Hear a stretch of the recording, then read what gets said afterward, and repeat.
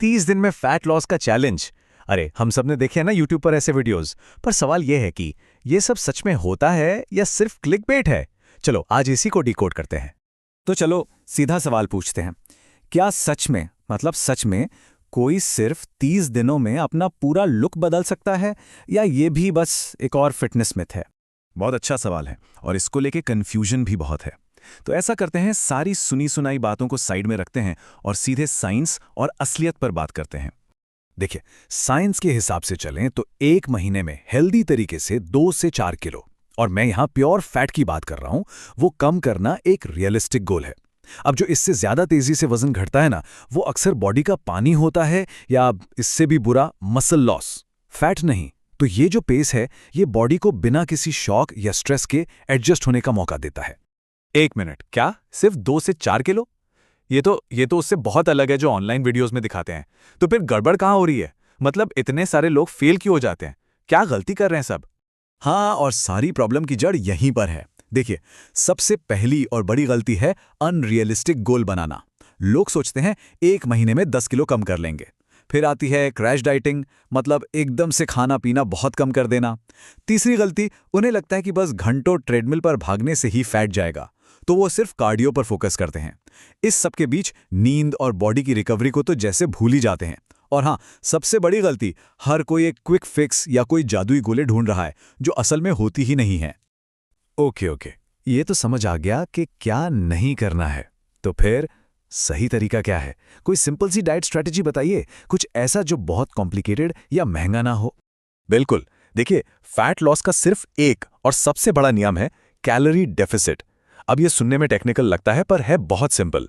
इसे ऐसे समझिए, हमारा शरीर एक गाड़ी है और कैलोरीज उसका पेट्रोल। तो जब आप गाड़ी में जरूरत से थोड़ा कम पेट्रोल डालते हैं, तो उसे अपने रिजर्व फ्यूल से चलना पड़ता है ना। हमारे शरीर का वो रिजर्व फ्यूल ही हमारा जमा हुआ फैट है। बस यही है पूरा साइंस। और यहीं पर ना एक माइंडसेट शिफ्ट की जरूरत है। ज्यादातर लोग ये सोचते हैं कि क्या क्या नहीं खाना है।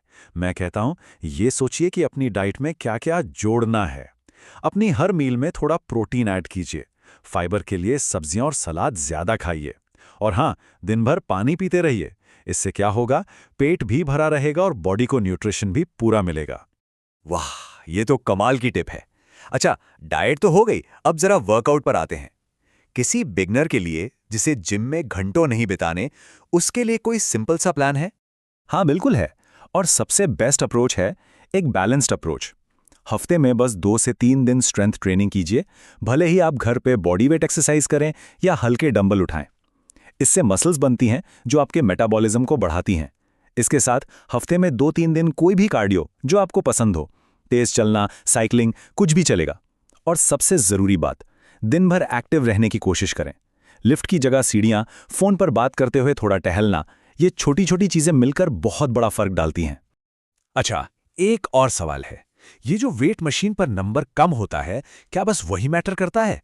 मतलब क्या हमारा पूरा फोकस सिर्फ उसी पर होना चाहिए? ये बहुत बहुत जरूरी सवाल है, क्योंकि वेट लॉस और फैट लॉस में जमीन आसमान का फर्क है। समझिए, जब वेट मशीन पर वजन कम होता है तो वो आपका पानी, मसल या फैट कुछ भी हो सकता है, पर हमारा असली मकसद तो फैट कम करना है, मसल को बचाकर रखना है। फैट लॉस एक धीमी प्रोसेस है, इसमें कोई शक नहीं, पर यही असली प्रोग्रेस है। इसी से आप बेहतर दिखते हैं और अंदर से ज्यादा हेल्दी और स्ट्रांग भी महसूस करते हैं। तो फिर इन 30 दिनों में सबसे बड़ा असर डालने के लिए वो कौन सी छोटी छोटी डेली हैबिट्स हैं जिन पर हमें फोकस करना चाहिए? विशेषज्ञ 4 चीजें हैं, इन्हें पिलर्स कह सकते हैं। नंबर 1, नींद। 7 से 9 घंटे की अच्छी नींद, इसमें कोई कॉम्प्रोमाइज नहीं। नंबर 2, हाइड्रेशन, मतलब दिन भर पानी पीते रहना है। नंबर 3, धैर्य। समझिए कि ये एक प्रोसेस है, कोई मैजिक नहीं जो रातों रात हो जाएगा। और नंबर 4, सबसे जरूरी, कंसिस्टेंसी। रोज थोड़ा थोड़ा करना, हफ्ते में 1 दिन जिम में 3 घंटे बिताने से कई गुना ज्यादा फायदेमंद है। यही छोटी छोटी आदतें जुड़कर बड़े रिजल्ट्स देती हैं। तो आखिर में बस एक बात याद रखिए, रिजल्ट्स इंटेंसिटी से नहीं, कंसिस्टेंसी से बनते हैं। मतलब आप एक दिन कितना ज्यादा करते हैं उससे फर्क नहीं पड़ता। फर्क इस बात से पड़ता है कि आप सही चीजें रोज कितना करते हैं। ये कोई 100 मीटर की रेस नहीं है, ये एक मैराथन है।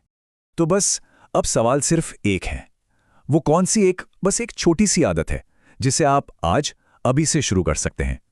कोई भी एक चीज जो आने वाले कल की मजबूत नींव बन सके।